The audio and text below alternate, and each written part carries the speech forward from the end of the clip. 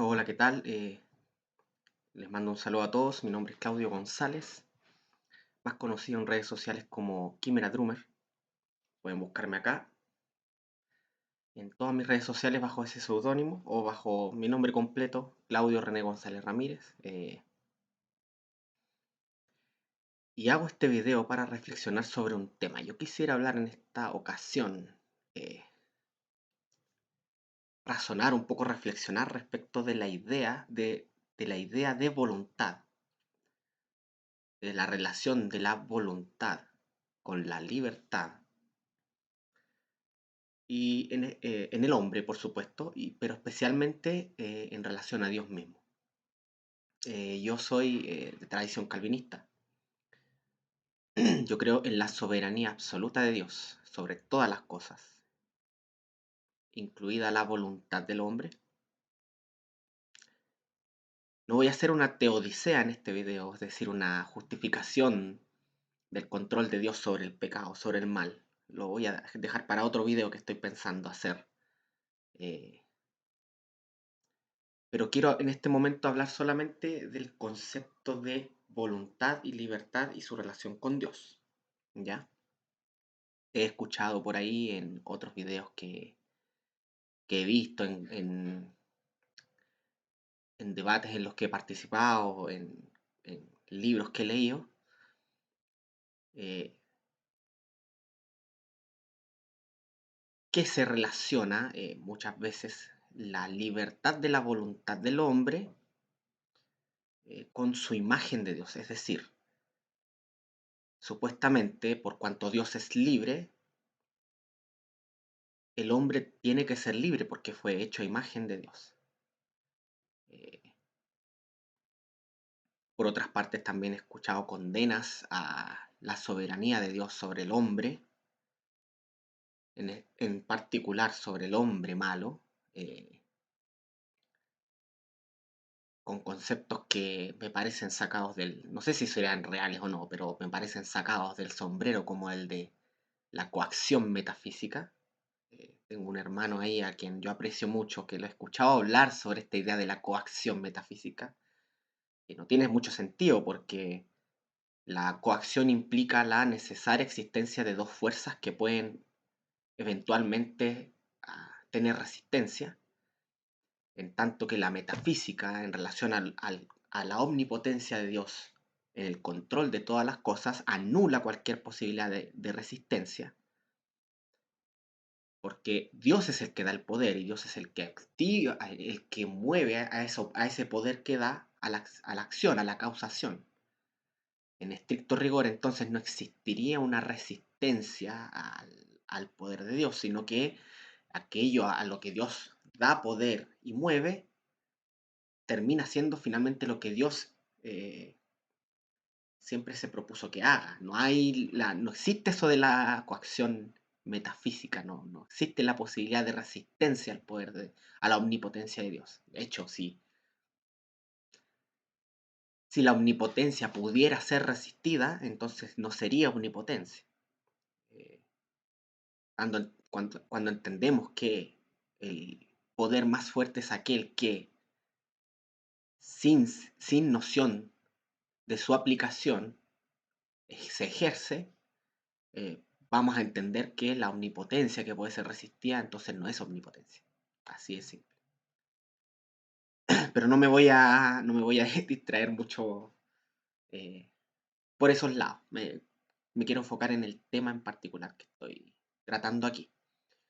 Eh, con el objetivo, sí, de lidiar con ciertas nociones que prácticamente a fin de defender esta supuesta libertad de la voluntad, del poder de Dios, sacrifican incluso a Dios mismo. Yo la identifico eh, con una idolatría a la voluntad del hombre,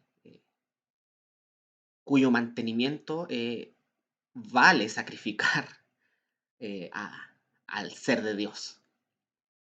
Dios tiene que dejar de ser Dios para que el hombre pueda ser libre, por decirlo de alguna forma. Por lo tanto, primero quiero especificar respecto de qué cosas me estoy refiriendo. ¿Qué entiendo por voluntad? La voluntad la entiendo en términos básicos como el aspecto intelectual de los seres racionales por los cuales deciden. Simplemente es el poder de decisión, el poder de determinar un camino. Nada más que eso. Si se fijan bien, la definición que entrego no implica que en esa determinación de un camino, en esa decisión, esta voluntad no pueda ser influenciada a tomar un camino particular. Por lo tanto, aquella idea de que la noción de voluntad implica su libertad, eh, creo que es un non sequitur. Considero eso un non sequitur. No se sigue una cosa de otra.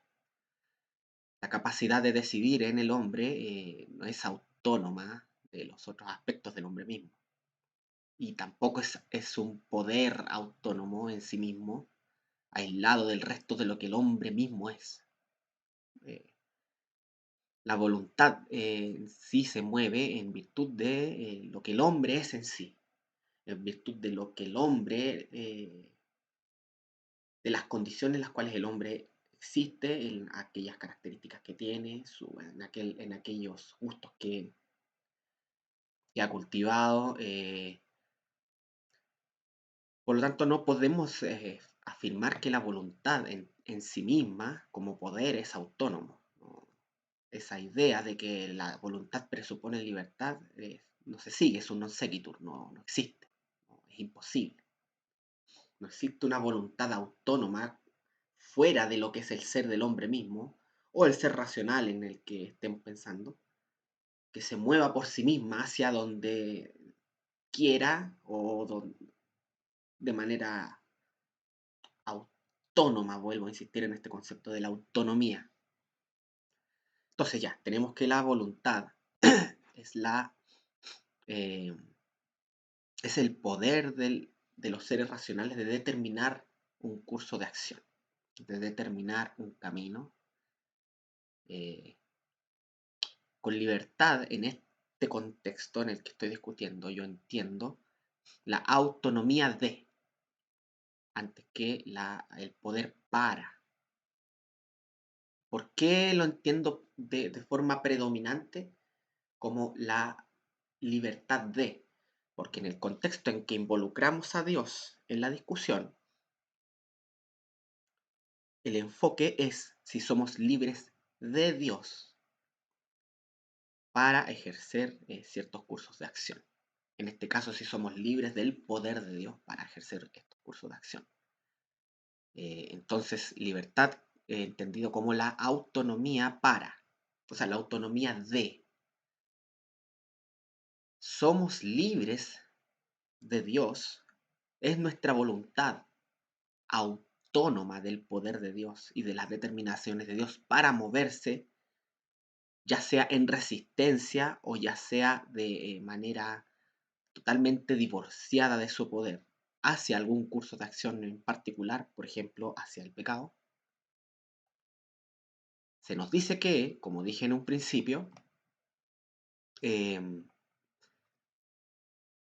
supuestamente la voluntad es la libertad de la voluntad, la autonomía de la voluntad. Y quiero que esto quede claro. Este es el concepto en el que al que yo estoy atacando. Es la autonomía de la voluntad autónoma del poder de Dios, de las determinaciones de Dios, del propósito de Dios para moverse. Entonces, si se nos dice que el hombre es libre, es decir, su voluntad es autónoma del poder de Dios, en este caso, para determinar su camino como un poder independiente a Dios mismo, en virtud de ser hecho a imagen de ese Dios que es libre, eh, cuestiono esa noción, la cuestiono. Voy a ir a mis argumentos en este momento. Quiero empezar con un pasaje en particular, con un par de pasajes en particular. Déjenme, ya.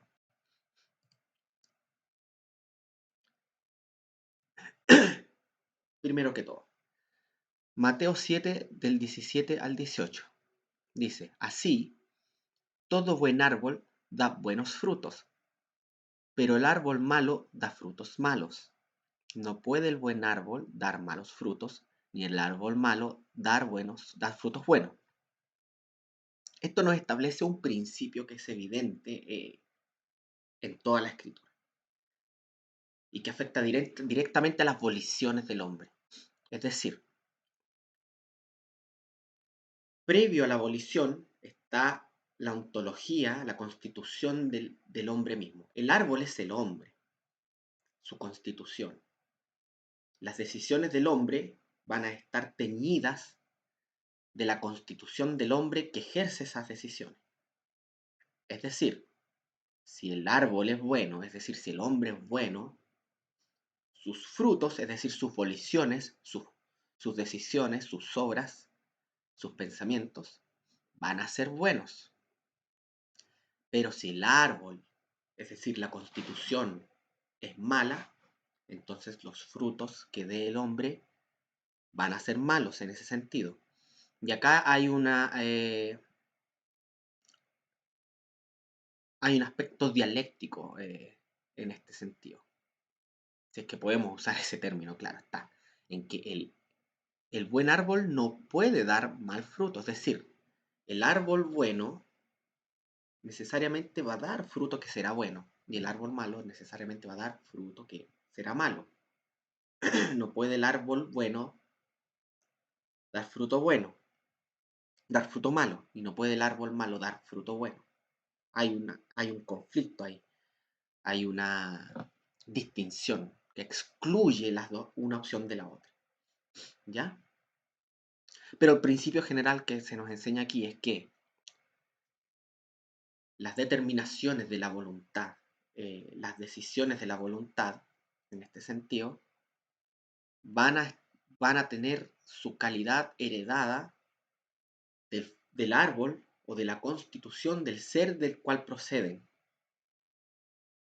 ¿Ya? Se nos dice que el hombre es libre en virtud de que Dios es libre. Dios puede tomar las decisiones que Él quiera, por lo tanto el hombre también puede tomar las decisiones que Él quiera, en este sentido, hacer lo bueno y hacer lo malo. Pero es tan así. Deuteronomio 32:4 nos dice, hablando de Dios, Él es la roca, cuya obra es perfecta, porque todos sus caminos son rectitud. Dios de verdad y sin ninguna iniquidad en Él es justo y recto. Tengo una pregunta para que la medite. ¿Puede Dios hacer lo malo? Transformémosla un poco la pregunta. ¿Tiene Dios la libertad para hacer lo malo? Es una, es una Es un defecto el hecho de que Dios, en virtud de su constitución ontológica, es decir, que en Él no hay ningún tipo de iniquidad y que por lo tanto, siendo Dios absolutamente santo, justo y bueno, todas sus voliciones van a estar teñidas de estas virtudes, de manera que nunca Dios podrá hacer lo malo porque es lógicamente contradictorio. ¿Puede decirse que esto es un defecto en el ser de Dios? De su incapacidad, si es que se puede usar esa palabra, para hacer aquello que es malo. ¿Significa entonces que Dios no es libre o que es un ser imperfecto? Cualquier persona sana diría que no.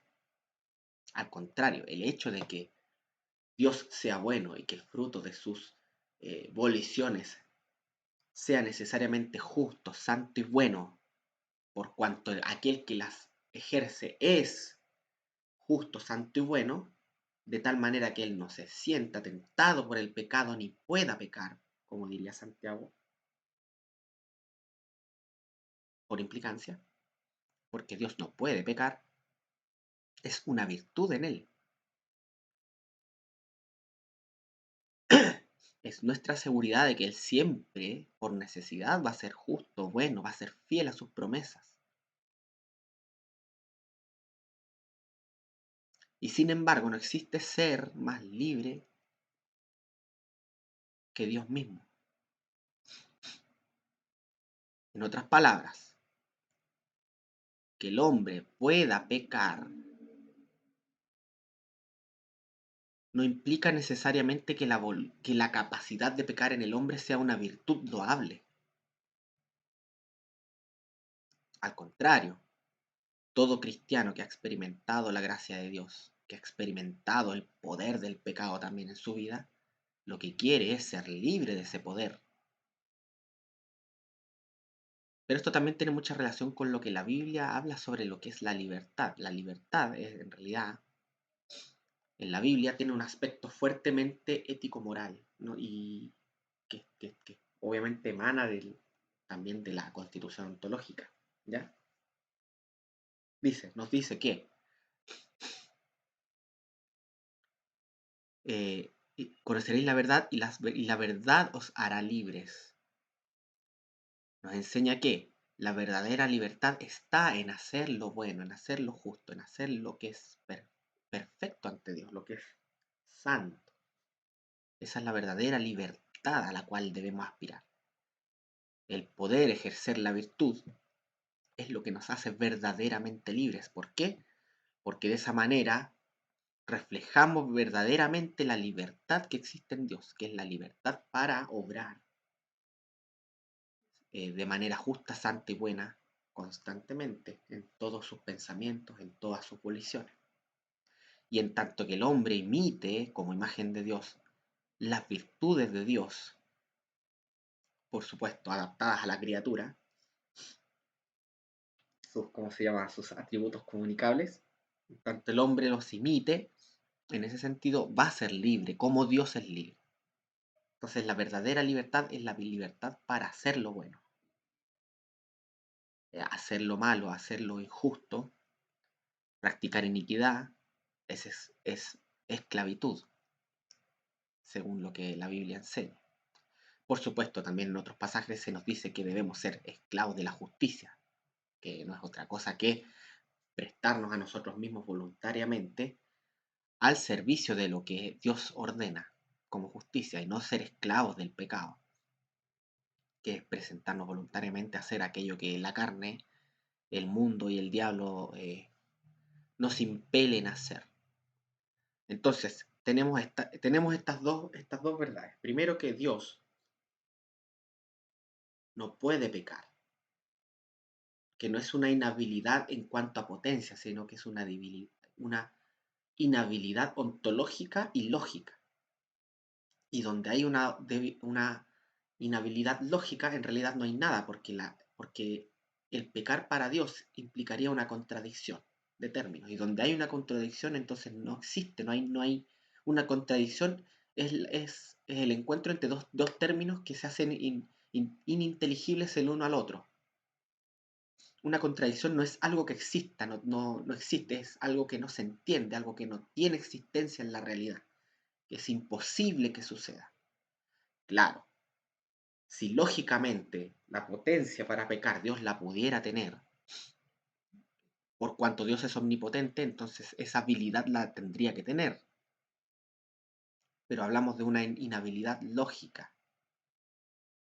Dios no puede pecar porque su misma constitución santa impide lógicamente que lo que Él haga sea pecado. Cuando Dios obra, Dios siempre va a obrar de manera virtuosa, de manera justa, de manera santa. Es una necesidad que emana de su propia constitución ontológica perfecta, santa y justa, y buena. Y sin embargo, tenemos a Dios, el ser más libre, en todo el espectro de la palabra, por cuanto no hay nada fuera de Dios que lo determine a Él, más que su propia voluntad, su propio ser. No existe nada que determine a Dios. Esta idea loca de que todo aquello que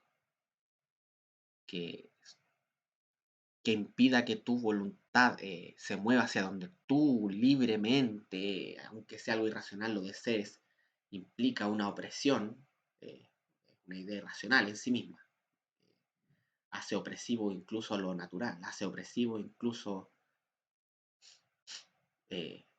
la misma constitución humana, ya hablando en términos terrenales. De ahí que nazca el posthumanismo, que es básicamente una entronización de la voluntad, es aquella percepción que ve los propios límites que tiene la humanidad de manera natural como opresores, como moralmente malos, y que tienen que ser superados.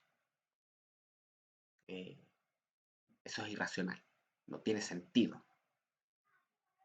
Eh, en fin.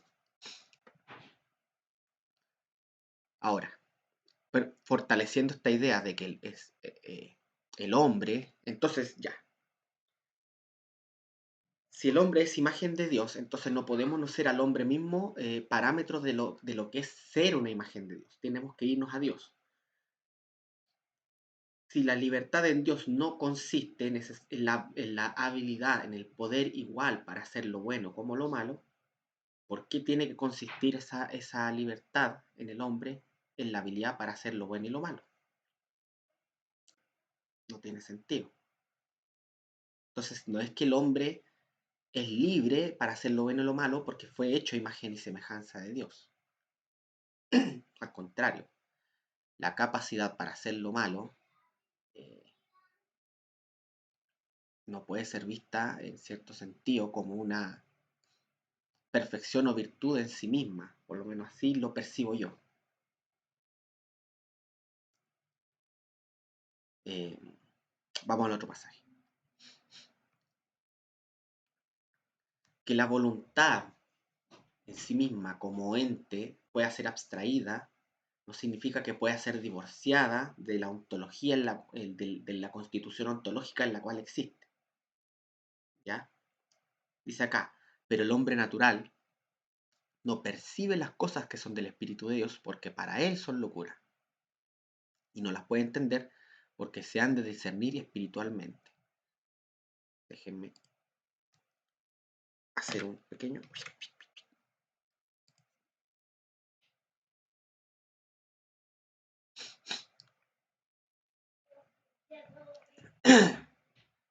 En cambio, el espiritual juzga todas las cosas, pero él no es juzgado de nadie. Ya, acá lo que tenemos es la, la misma idea.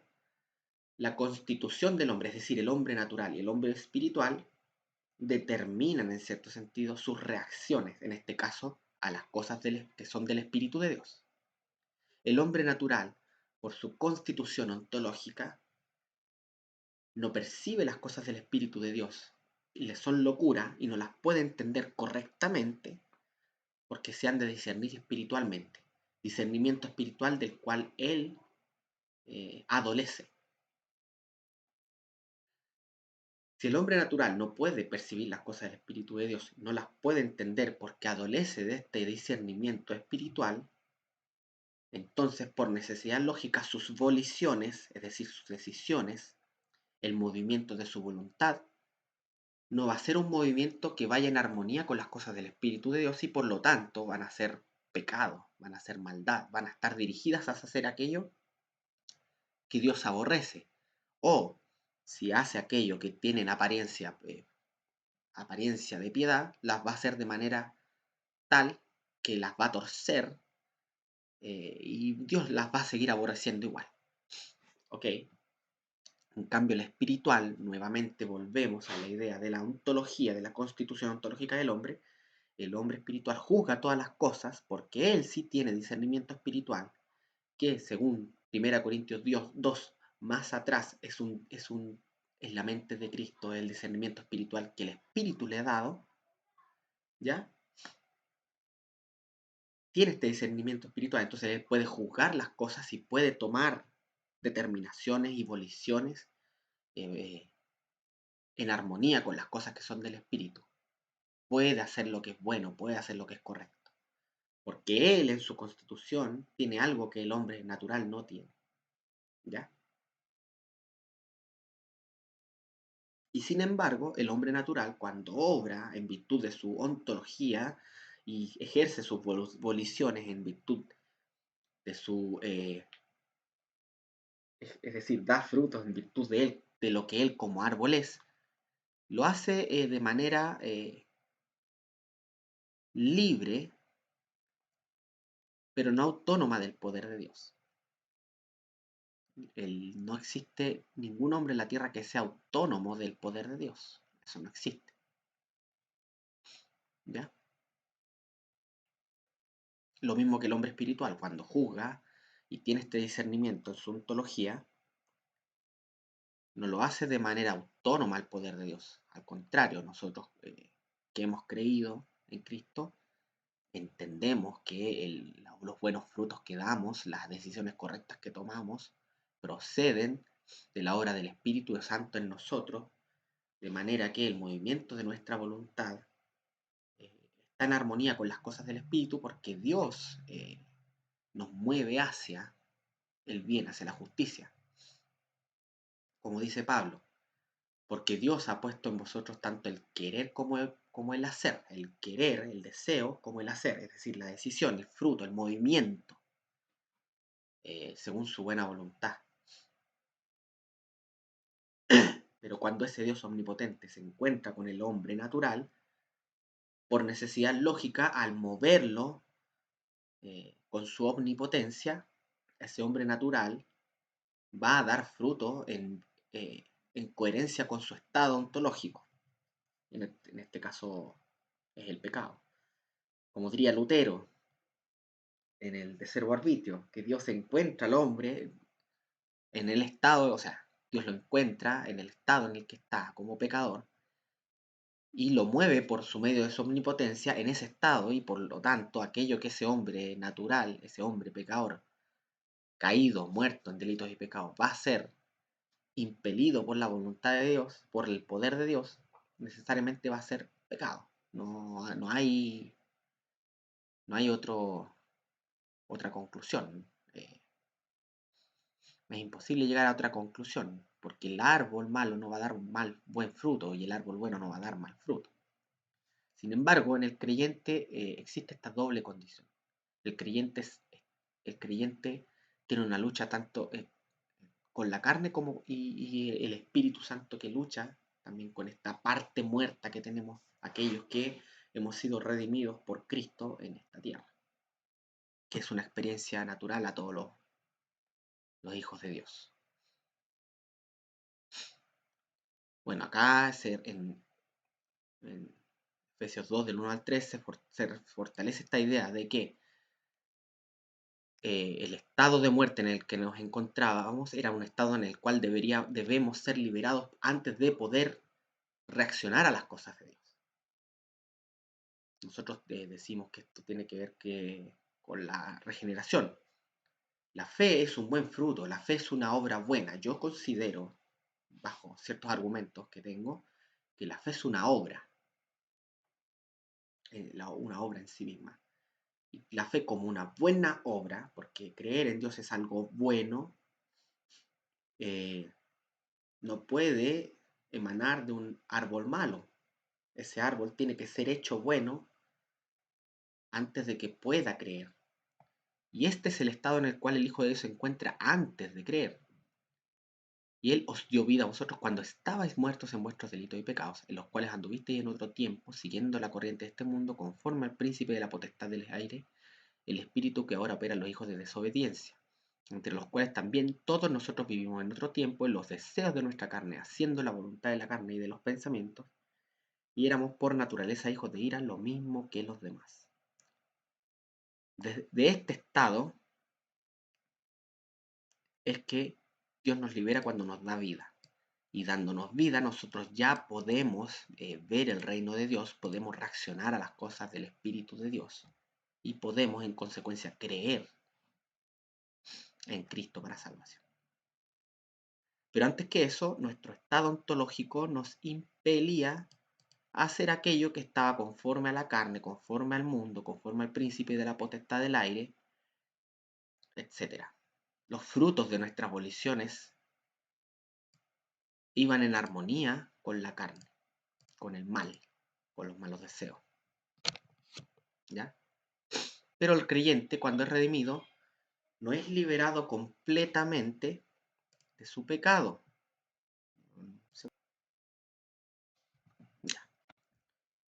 Perdón. Eh, entonces, el hombre cuando es redimido, el Hijo de Dios, cuando pasa a creer en Cristo para salvación, tiene esta nueva vida en sí.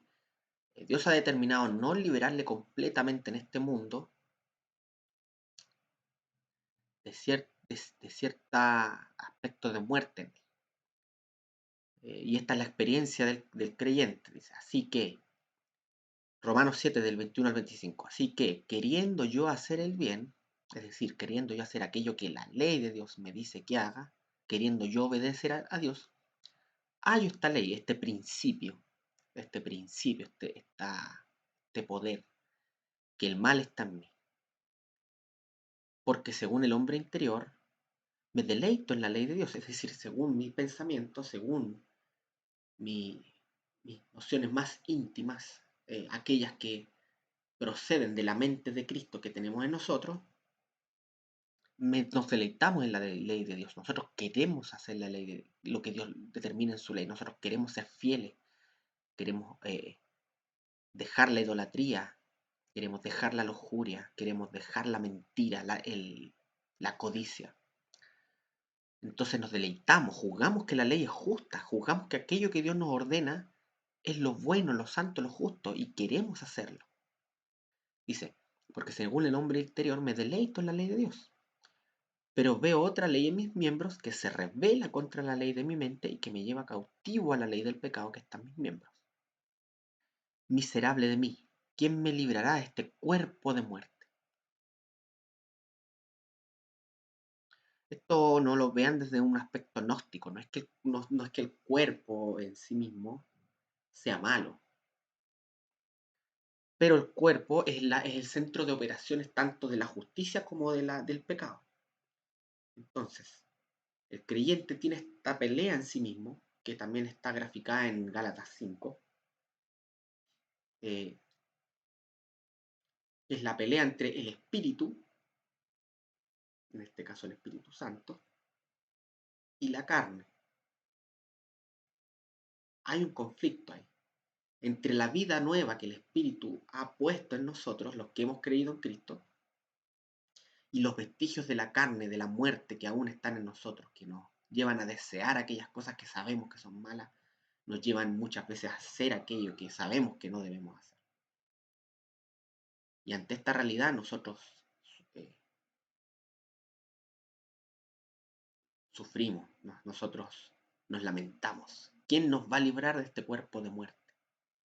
No del cuerpo, no de la carne, sino de los impulsos del pecado, de esta ley que opera en nuestros miembros para llevarnos a hacer lo malo. Por supuesto, cuando digo llevarnos, no es que seamos unos pobres esclavos que sí, que no, que hacemos aquello casi obligado. No, no, cuando el creyente peca, tiene que reconocer su responsabilidad y que ese pecado emana también de un mal deseo en él, de una rebelión ante aquel Dios que le salvó y de la cual se tiene que arrepentir y dar vuelta y luchar. Pero está este conflicto en el creyente. ¿Quién me librará de este cuerpo de muerte? Entonces tenemos que en el creyente coexisten estos dos principios, el árbol bueno y el árbol malo. En el creyente está la nueva vida en Cristo, de la cual emana todo lo bueno que Él hace, que Él piensa, que Él obra, pero también está este cuerpo muerto, este principio de maldad, de la cual emana todo lo malo que hace, todo lo injusto que puede llegar a ser, todos los pensamientos impíos que puede tener. En el incrédulo solamente opera este principio de pecado, que mancha todas sus voliciones, en tanto que en el creyente están estos dos principios coexistiendo, luchando uno contra el otro para apoderarse del creyente, del individuo en este caso. Gracias doy a Dios por Jesucristo nuestro, Señor nuestro. En Jesucristo, claro, Jesucristo por una parte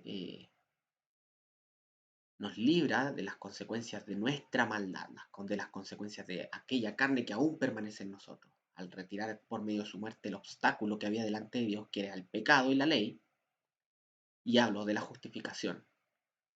De tal manera que ahora Dios nos trata de manera graciosa, por gracia.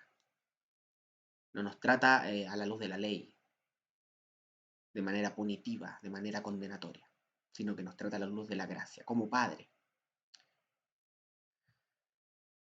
Así que yo mismo con la mente sirvo a la ley de Dios, más con la carne a la ley del pecado. Acá la carne no debe entenderse como cuerpo necesariamente,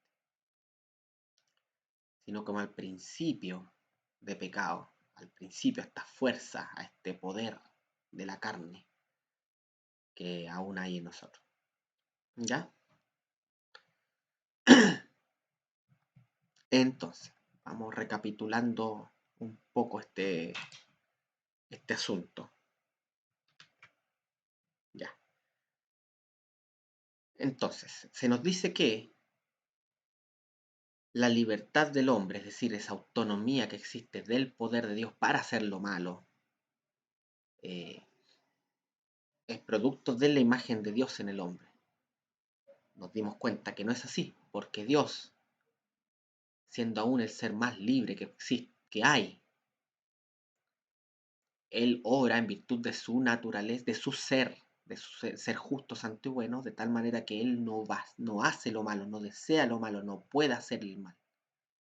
Y todas sus voliciones necesariamente van a ser justas, santas y buenas.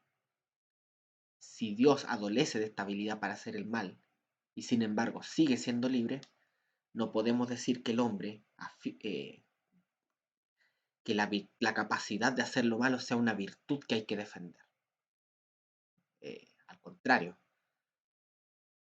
nosotros debemos entender esta capacidad de hacer el mal en el hombre como algo que lamentar, algo, algo que buscar ser redimidos de ello, algo que desechar. Que nosotros, incluso como creyentes, aún mantengamos en nosotros cierta capacidad, muchas veces muy fuerte, de hacer lo malo, no es algo de lo cual tengamos que defender y sentirnos orgullosos. Al contrario, nosotros debemos rogar a Dios que nos libere de esa maldita capacidad de hacer lo malo, de hacer lo contrario a su ley. Y defender esta libre voluntad, este libre albedrío. No me refiero a la concepción de libre albedrío de los reformados, de la iglesia reformada, me refiero a esta noción de libre albedrío liberal, es el poder de lo contrario, la igual capacidad de hacer tanto lo bueno como lo malo, defender la capa y espada incluso al nivel de eh, bajar a Dios de su pedestal y de su ser mismo para defender esta noción, me parece que es caer en idolatría. Y es caer en algo que la Biblia no enseña. La Biblia en ninguna parte enseña, no existe un solo pasaje en la Biblia que enseñe que la voluntad del hombre es autónoma del poder de Dios para tomar cualquier determinación. Claro, esto nos lleva a la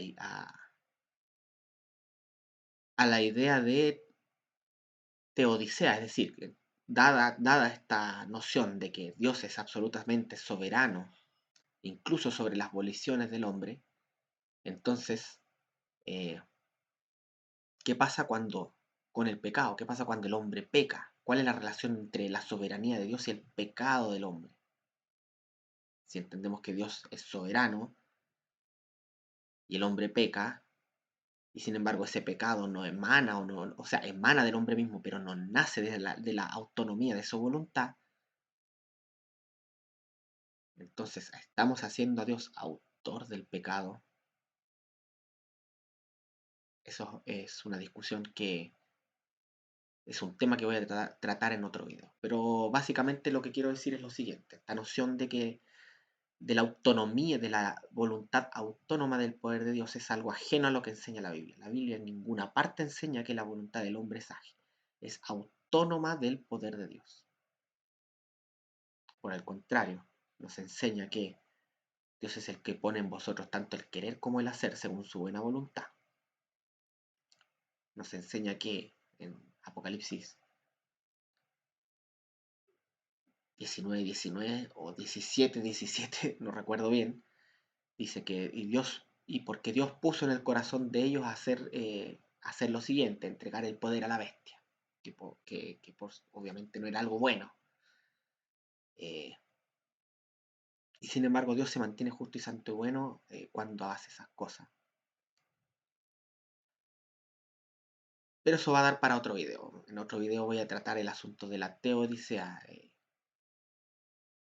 que toda objeción a la soberanía de Dios sobre el pecado del hombre está resumida en Romanos 9:19. ¿Pero por qué? Pues sin culpa, pues ¿quién ha resistido su voluntad? La respuesta de Pablo yo creo que es la respuesta definitiva al asunto y que dice que básicamente no hay problema alguno. Ese problema existe en la mente del hombre nomás, no es un problema real. Pero lo vamos a tratar en otro video. Ahora lo que quiero decir es que Dios es el ser supremamente libre y sin embargo no puede hacer lo malo por necesidad lógica, no por inhabilidad, porque si el mal fuera algo que estuviera disponible para que Dios lo haga, entonces Dios podría hacerlo porque es omnipotente. Pero puesto que es un asunto lógico, entonces estamos hablando de algo que no existe, que es imposible. No hay nada que hacer ahí. Dios no puede hacer lo malo porque es lógicamente imposible.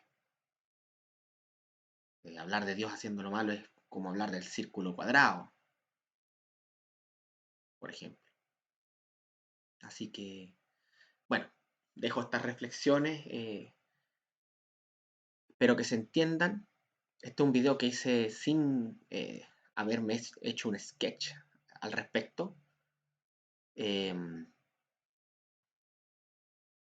es para dejar en claro que esta noción de la voluntad autónoma del poder de Dios en realidad es una noción idolátrica de la voluntad humana, que le da a la voluntad humana un poder que en ninguna parte de la Biblia se le da, y que en virtud de esta noción de la voluntad, mucha gente está dispuesta incluso a sacrificar los atributos de Dios y la soberanía de Dios y el poder de Dios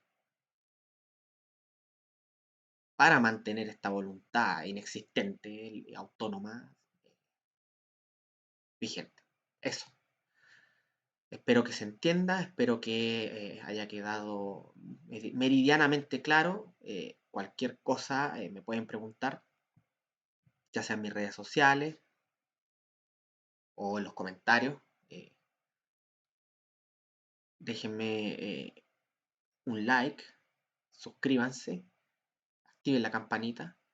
Em, si si mi aporte les sirve en algo y ustedes lo quieren hacer, pueden ir a Patreon y ayudarme. Y esperando en Dios que estén bien, que esto sea de bendición para ustedes, para reflexión, para que lo piensen, lo mediten, eh, lo mastiquen y saquen sus propias conclusiones a la luz de la Biblia. Dios mediante, espero que así sea. Y nada, que tengan un feliz inicio de semana. Solideo Gloria.